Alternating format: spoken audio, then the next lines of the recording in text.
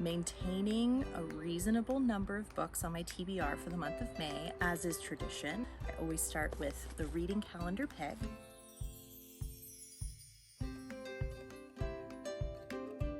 Hello everyone, and welcome to another video. I have noticed that there are quite a few of you who are new, so welcome. My name is Erin. I am a content creator, a writer, and a photography hobbyist. Thank you so much for visiting my channel today. In this video, I'm going to be sharing my monthly TBR, specifically for the month of May, and I'm also going to be sharing the reading calendar pick from my reading calendar. If this is the first video of mine that you're watching, I will link the reading calendar series somewhere above me so that you can go back and watch some of my other videos. And without further ado, let's just dive right into the video. As is tradition with my monthly reading calendar TBR videos, I always start with the reading calendar pick. So for the month of May, I will be reading The Heart Goes Last by Margaret Atwood. I borrowed this copy from my local library, and I believe this is a science fiction novel, and I don't know anything about the plot, so I'm just going to read a little bit of the synopsis on the inside cover. Margaret Atwood puts the human heart to the ultimate test in an utterly brilliant new novel that is as visionary as The Handmaid's Tale and as richly imagined as The Blind Assassin. Stan and Charmaine are a married couple trying to stay afloat in the midst of an economic and social collapse.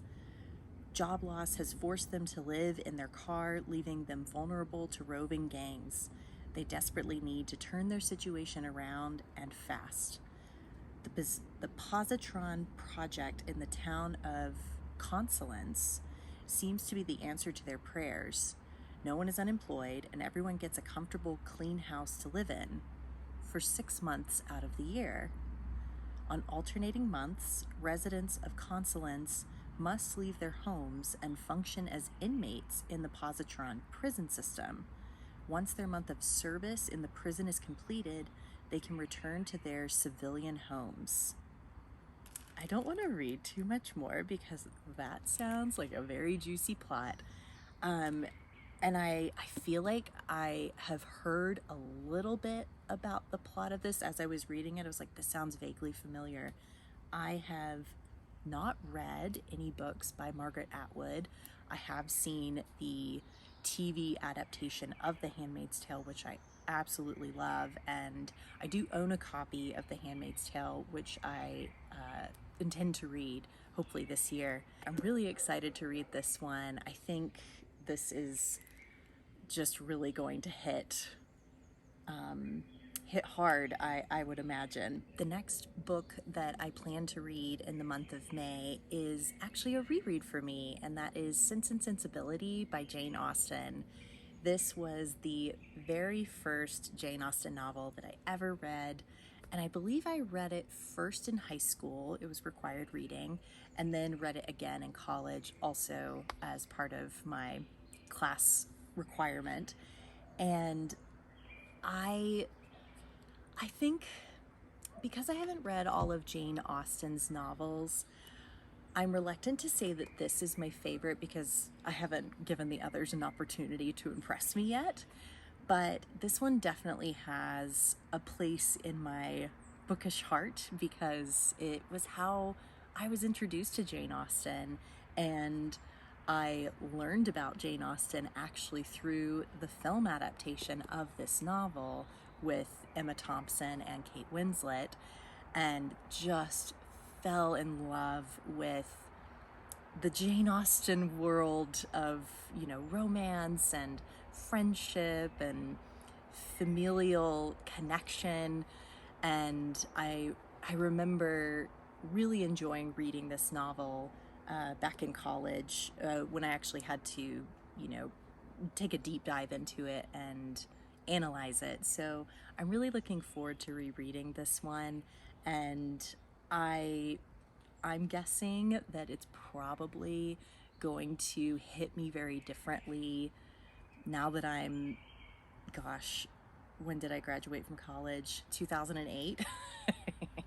So yeah, it's been a minute since I've read this, and I'm certain it's going to resonate differently with me now at this point in my life. So looking forward to some Jane Austen. One of the things that I was considering when I was picking out books for my May TBR is that I, in previous months, haven't always selected a nonfiction book. I have read nonfiction, but I don't always like select a nonfiction book to put on my TBR. So I wanted to put The Time Traveler's Herbal by Amanda Edmiston, and this one I got as a joint gift with my wife Cynthia for Christmas this past December, and we we don't have any human children. We have fur babies, so we said that this was their gift to us from them. And I'm really excited to read this one. The subtitle is Stories and Recipes from the Historical Apothecary Cabinet. And I was immediately drawn to this book when I saw it in the bookstore, and so was my wife. And we wandered around the bookstore on that particular day and just kept coming back to it. And so when I just started flipping through it, it has such beautiful illustrations, and I also love the design of the pages. I intentionally meant to look like, older pages, and it's just, along with the wording, there's just such beautiful incorporation of art. I'll just read a little bit of the back cover, and I just realized I didn't give the plot synopsis to Sense and Sensibility, so I will hop back to that in just a moment. But this book, discover the stories behind the plants and flowers used in the traditional remedies that once lined the shelves of the apothecary's cabinet, including instructions for over 25 recipes and makes using commonly found and foraged ingredients. Herbalist and storyteller Amanda Edmiston weaves a tale about the craft of the herbalist, steeped in the traditional knowledge passed down through generations, and has reworked it for the modern world. So, and I'm really fascinated in plants and flowers and herbs, and I love that there's this incorporation of storytelling as well. So I'm really looking forward to reading this one. And it is a nonfiction book, of course, but it almost has like this whimsical feeling to it. At least that's sort of the vibe that I'm getting off of the book. Let me jump back to Sense and Sensibility for a moment. So the plot of Sense and Sensibility, for anyone who is not familiar, this story follows the Dashwood family. I'll read the back here. For Eleanor Dashwood, sensible and sensitive, and her romantic, impetuous younger sister Marianne, the prospect of marrying the men they love appears remote. In a world ruled by money and self-interest, the Dashwood sisters have neither fortune nor connections. Concerned for others and for social proprieties, Eleanor is ill-equipped to compete with self-centered fortune hunters like Lucy Steele, whilst Marianne's unswerving belief in the truth of her own feelings makes her more dangerously susceptible to the designs of unscrupulous men. Through her heroine's parallel experiences of love, loss, and hope, Jane Austen offers a powerful analysis of the ways in which women's lives were shaped by the claustrophobic society in which they had to survive. And at the start of the story, we see that Eleanor and Marianne's father is dying, and they are not part of like his second family, but his first wife had died, and so he remarried and then had Eleanor, Marianne, and the younger sister. What is her name? I can't think of her name. It escapes me. I will put her name on the screen. I want to say it's Margaret, but it's been a while since I've read this book.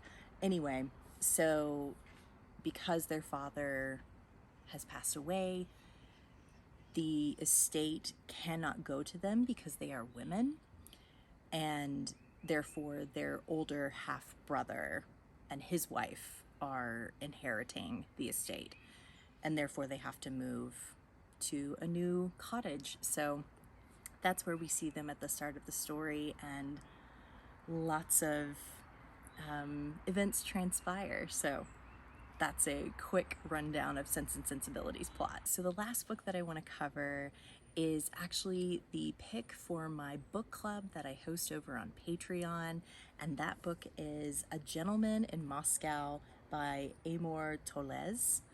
I believe I'm saying that correctly. And this book was highly recommended to me by one of my very good friends, Lauren. Hello, Lauren. And I found a used copy, which this used copy is in fantastic shape. And I've not read anything by this author before. And this one is set in the 1920s. I believe this is a historical fiction. And on the back cover, it reads, "On the 21st of June, 1922, Count Alexander Rostov, recipient of the Order of St. Andrew, member of the Jockey Club, master of the hunt, is escorted out of the Kremlin, across Red Square, and through the elegant revolving doors of the Hotel Metropole. Deemed an unrepentant aristocrat by the Bolshevik tribunal, the Count has been sentenced to house arrest indefinitely. But instead of his usual suite, he must now live in an attic room while Russia undergoes decades of tumultuous upheaval. Can a life without luxury be the richest of all?" I am really fascinated by this one because it does have that historical element to it. And for those of you who are really into adaptations of books, there is, I believe it's a mini series that is, I've seen, like a trailer for, of this book, and it stars Ewan McGregor. Before that mini series releases, I really want to read this book, and so it just feels like the perfect opportunity to pick this one for my book club. And those are all the books for May's TBR.